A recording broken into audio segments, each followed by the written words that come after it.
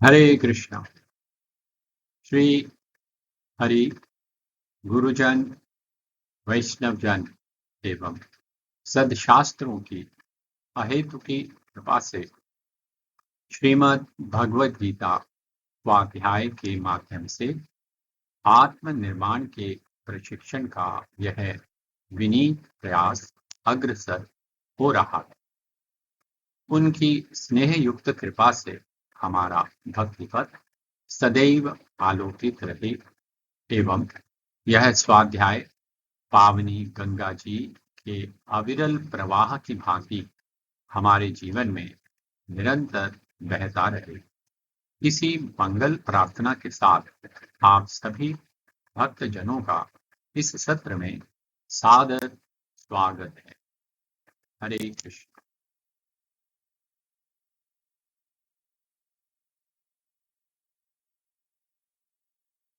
अब तक की चर्चा में हम समझ चुके हैं कि सृष्टि के साथ युक्ता अवस्था जीव का अपने अंशी सृष्टिकर्ता के साथ अपने शाश्वत संबंध का सतत अनुभव है।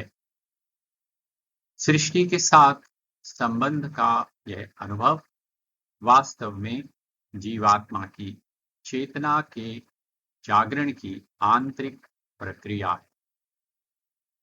चेतना पर पड़े आवरणों को पहचानना, उनका अतिक्रमण करना और अपने शाश्वत स्वरूप को जागृत करना।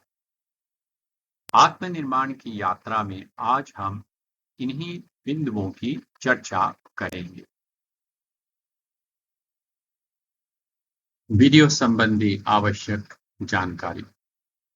यह प्रस्तुति L9 चेतना मुक्ति का विज्ञान 4 भागों में है।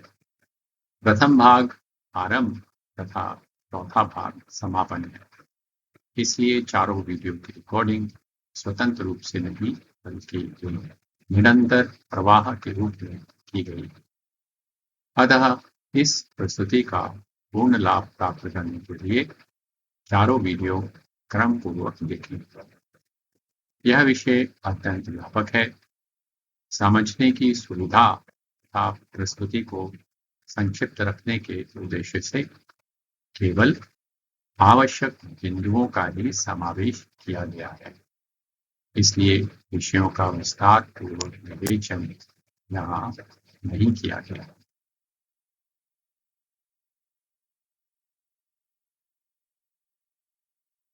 आज की चर्चा का संदर्भ स्वाध्याय पक्ष, विषय चेतना मुक्ति का विज्ञान, भाग 1।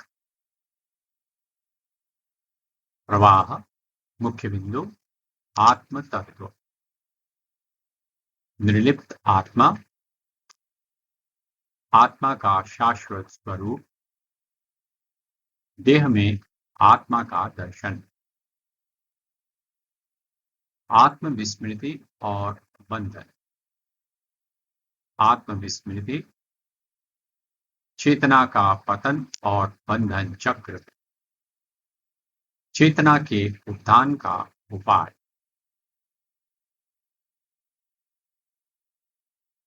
आज का प्रथम बिंदु, निर्लिप्त आत्मा। बचपन, युवावस्था और वृद्धावस्था में हमारा शरीर निरंतर बदलता रहता है। इन सभी परिवर्तनों का साक्षी इनसे पृथक एक मैं है जो कहता है, यह मेरा बचपन था, यह मेरी युवा अवस्था थी, यह मेरा शरीर है। परिस्थितियों, लोगों और समय के अनुसार हमारा व्यवहार भी बदलता रहता है। वही साक्षी इस परिवर्तन को भी पहचानता है। विचार निरंतर आते जाते रहते हैं, कभी एक विचार, कभी दूसरा। कोई है जो विचारों के इस प्रवाह को भी देख रहा है। प्रसन्नता, दुख, क्रोध, भय, उत्साह और निराशा आती जाती रहते हैं। इन सभी भावनाओं का अनुभव करने वाला इनसे पृथक है। इच्छाएं निरंतर बदलती रहती हैं। जो आज अत्यंत महत्वपूर्ण लगता है, कल महत्वहीन हो जाता है। इन बदलती इच्छाओं को जानने वाला साक्षी इनसे पृथक है। मैं कौन हूं, यह धारणा भी परिस्थितियों, भूमिकाओं और उपलब्धियों के साथ बदलती रहती है। लेकिन इन बदलती पहचानों का मैं इनसे पृथक हूं। शरीर, व्यवहार, विचार, भावनाएं, इच्छाएं, अहंकार बदलते रहते हैं, किंतु हमारे व्यक्तित्व में इन सभी परिवर्तनों को जानने वाली एक ऐसी साक्षी सत्ता है जो स्वयं परिवर्तन का विषय नहीं बनती। यही आत्मा है, सदा साक्षी। दृष्टा, देखने वाली सत्ता, द्वंद्व, अभाव और परिवर्तन से रहित। किंतु दृश्यमान जगत द्वंद्व, अभाव और परिवर्तन का क्षेत्र है।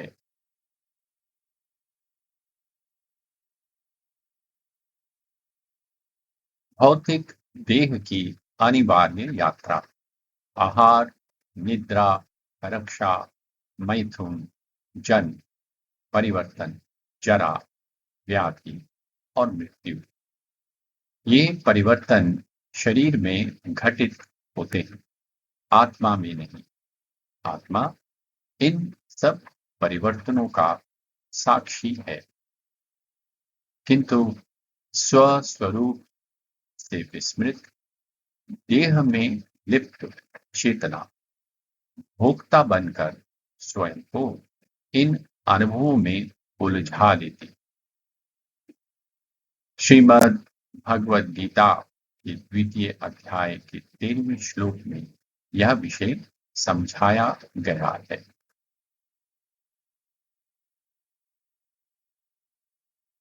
शरीर की भांति मन, बुद्धि, चित्त और अहंकार भी चेतना की उपकरण है।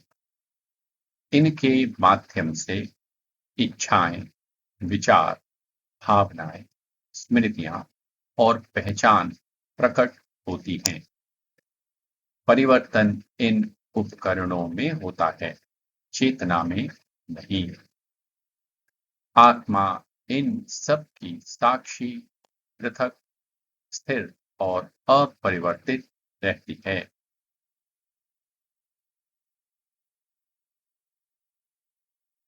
मन, बुद्धि, चित्त और अहंकार, यह हमारा अंतःकरण है।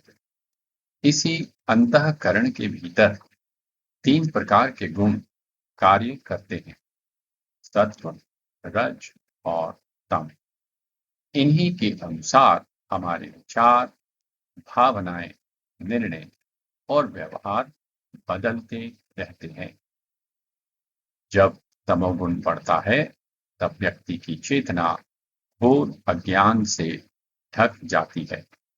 आलस्य, प्रमाद, मोह, भ्रम, अवसाद, निराशा, हिंसा, अति निद्रा, जड़ता इसके लक्षण हैं।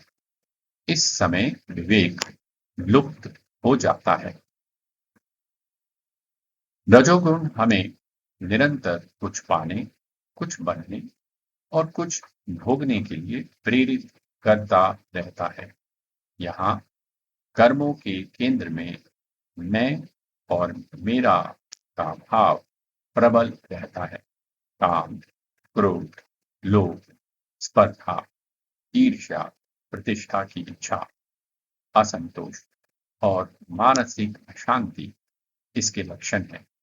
रजोगुण व्यक्ति को सदा बाहर की ओर भगाता है। जब सत्व गुण प्रबल होता है तब व्यक्ति के भीतर विवेक, शांति, करुणा, सत्यनिष्ठा, सेवा, क्षमा, नम्रता और आत्मसंयम जैसे गुण प्रकट होने लगते हैं। आवश्यक है यह समझना कि ये सात्विक भाव साधना से अर्जित होते हैं। सामान्य मनुष्यों की यह स्वाभाविक अवस्था नहीं है। इसे निरंतर अभ्यास, स्वाध्याय, सत्संग और भक्ति से विकसित करना पड़ता है। अन्य महत्वपूर्ण बिंदु यह भी है कि ये तीनों गुण हमारे शुद्ध आत्मीय स्वरूप के भाग नहीं हैं। सात्विकता आवश्यक है क्योंकि वही साधना और आत्मबोध के लिए उपयुक्त भूमि तैयार करती है, किंतु सात्विकता हमारा लक्ष्य नहीं है। हमारा लक्ष्य भक्ति के द्वारा तीनों गुणों के प्रभाव से ऊपर उठकर अपने निर्गुण, शुद्ध आत्मस्वरूप और भगवान के साथ शाश्वत संबंध की अनुभूति करना है।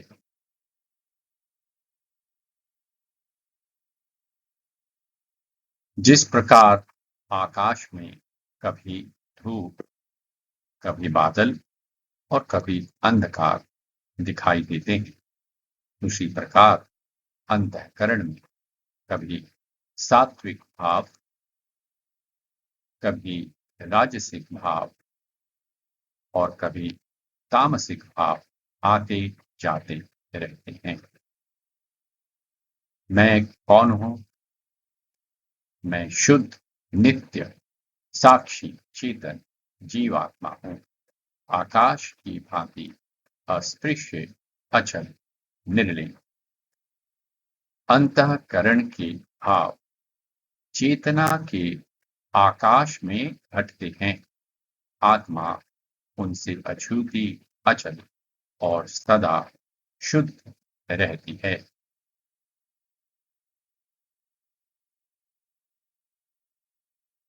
शरीर और मन में उत्पन्न होने वाले सभी परिवर्तन आकाश में बादलों तथा दर्पण में प्रतिबिंब की भांति आते जाते रहते हैं।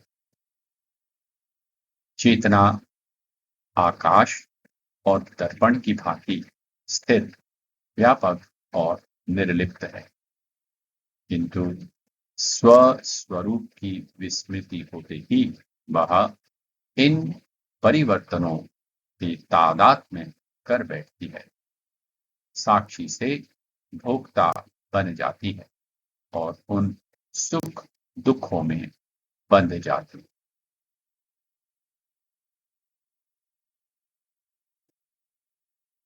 श्रीमद् भगवद गीता 13:33 में यह बात समझाई गई है।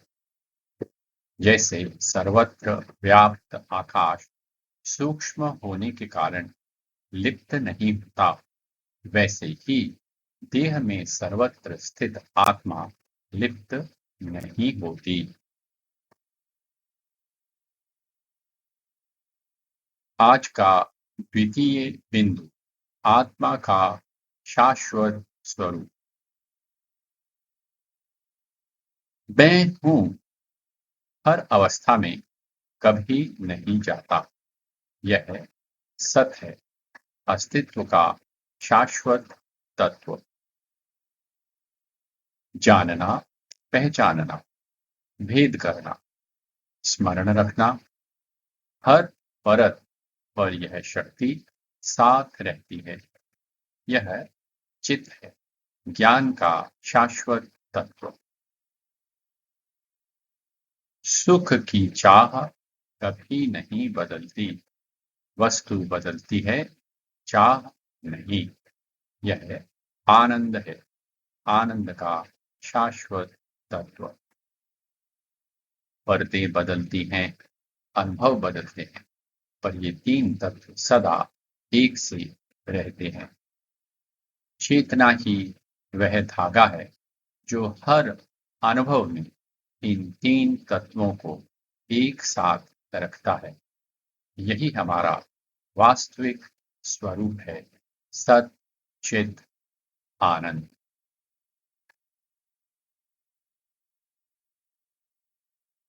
आत्मा के स्वाभाविक गुण: नित्य, शाश्वत, नाश रहित, शुद्ध, निर्मल, पवित्र, मन रहित, चेतन, ज्ञान एवं अनुभूति का आधार, साक्षी, दृष्टा, जो सबको देखता है पर स्वयं असंग रहता है, निर्लेप, अस्पृश्य, किसी से लिप्त नहीं होता, अविकारी, अपरिवर्तनशील, कभी नहीं बदलता, अचल, स्थिर, कभी नहीं डगमगाता, आनंदमय, आनंद स्वरूप, सहज, सुखी, प्रेम, अनंत दिव्य भावों का आश्रय, आत्मा, अनादि, अनंत, अविनाशी। शरीर बदलता है, मन बदलता है, भाव बदलते हैं, पर आत्मा अपने गुणों में कभी नहीं बदलती।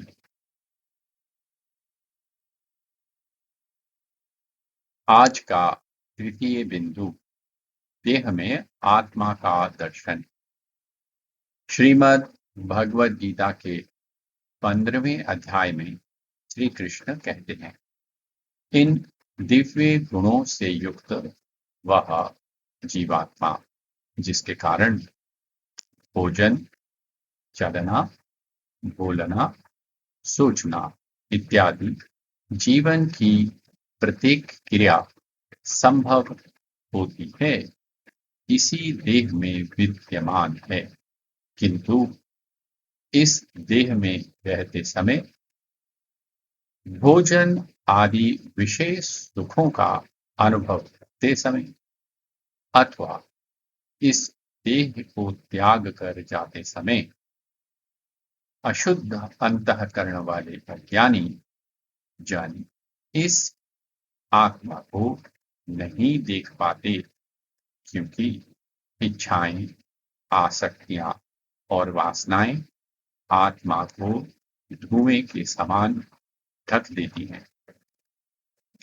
ऐसा व्यक्ति प्रयत्न करने पर भी भीतर स्थित जीवात्मा को नहीं देख पाता, किंतु साधना में लीन ज्ञान दृष्टि संपन्न योगी इसे अपने भीतर सतत स्पष्ट दिखते हैं। अंतःकरण निर्मल हो तो ज्ञान दृष्टि खुलती है और आत्मा स्वयं प्रकट हो जाती है। आज का चौथा बिंदु: आत्म विस्मृति। आत्म स्वरूप की उपेक्षा चेतना के पतन का कारण बनती है। अज्ञानी जीव सुख भोग की कामना से कर्म चक्र में पड़कर देह, मन, बुद्धि और अहंकार की सीमा में बंध जाता है। तब संघर्ष, भय, आसक्ति और असंतुलन स्वाभाविक परिणाम बनते हैं।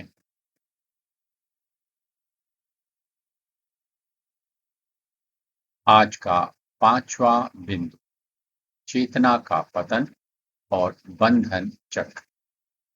देह, मन, बुद्धि और अहंकार के साथ अज्ञान जनित इस असत परिचय का आंतरिक विकास क्रम इस प्रकार है।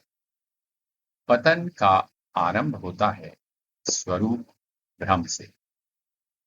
जीवात्मा की अपने शुद्ध आत्मस्वरूप एवं भगवान के साथ शाश्वत संबंध की अनादिकालीन विस्मृति को स्वरूप भ्रम कहते हैं। स्वरूप भ्रम से उत्पन्न होती है असत तृष्णा। आत्म स्वरूप की विस्मृत पूर्णता को पुनः प्राप्त करने की स्वाभाविक लालसा जब अज्ञानवश धन, स्त्री पुरुष, नाम, यश तथा अन्य नश्वर विषयों की ओर प्रवाहित होने लगती है तो वह असत तृष्णा बन जाती है। असत तृष्णा से उत्पन्न होता है हृदय दौर्बल्य। असत तृष्णा के प्रभाव से मनुष्य उचित अनुचित जानते हुए भी मन की चंचल प्रवृत्तियों का दास बन जाता है। यही है हृदय दौर्बल्य। स्वरूप भ्रम और असत तृष्णा से पंच क्लेशों का जन्म होता है। प्रथम अविद्या, अनित्य सत्य देह और भौतिक वस्तुओं को नित्य सत्य मानना। अस्मिता, देह, मन, बुद्धि में मैं और मेरा का अहंकार। राग, संसार में सुख ढूंढने के लिए प्रिय वस्तुओं के प्रति आसक्ति। द्वेष, अप्रिय वस्तुओं या परिस्थितियों के प्रति घृणा का भाव। अभिनिवेश, शरीर और संसार को बचाए रखने का भय। इन्हीं पंच क्लेशों से प्रेरित होकर जीवात्मा कर्म चक्कर के बंधन में जकड़ा रहता है। उसके अनगिनत जन्मों के कर्म चित्त में चार अवस्थाओं में संचित रहते हैं। प्रारब्ध, जो कर्म वर्तमान में फल दे रहे हैं। अप्रारब्ध, जो कर्म भविष्य में फल देने की प्रतीक्षा में है। कूट, जो कर्म बीज रूप से ऊपर उठकर अंकुरित होने वाले हैं। बीज, जो केवल वासना के रूप में चित्त में सोए हुए हैं।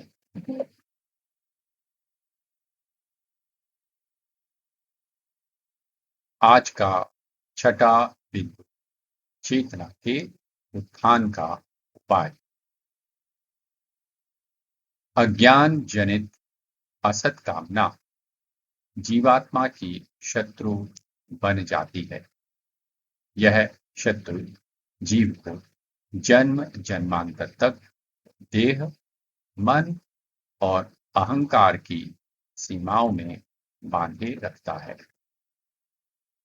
गीता इस शत्रु को पराजित कर कर्म बंधन को तोड़ने की एक व्यवहारिक जीवन पद्धति प्रस्तुत करती है, जिसके अभ्यास से मनुष्य धीरे धीरे इस अज्ञान से मुक्त होकर अपने विस्मृत आत्म स्वरूप को पुनः प्राप्त कर सकता है।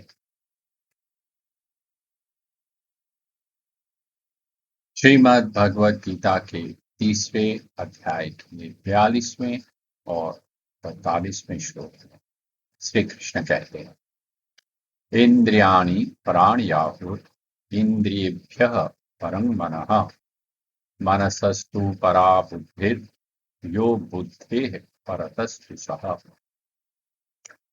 जड़ प्रकृति से श्रेष्ठ इंद्रियां हैं। इंद्रियों से श्रेष्ठ मन है। मन से श्रेष्ठ बुद्धि है और बुद्धि से भी श्रेष्ठ वह आत्मा है। एवं बुद्धेः परं बुद्ध्वा संस्तभ्य आत्मानमात्मना जहि शत्रुं महाबाहो काम रूपम दुरासदम।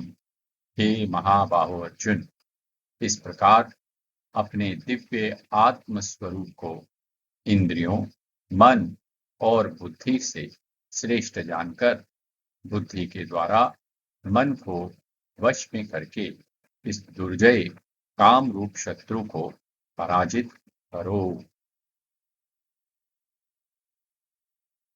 इंद्रियों पर संयम से मन स्थिर होता है। मन के स्थिर होने से बुद्धि निर्मल होती है और निर्मल बुद्धि से आत्मा का साक्षात्कार संभव होता है।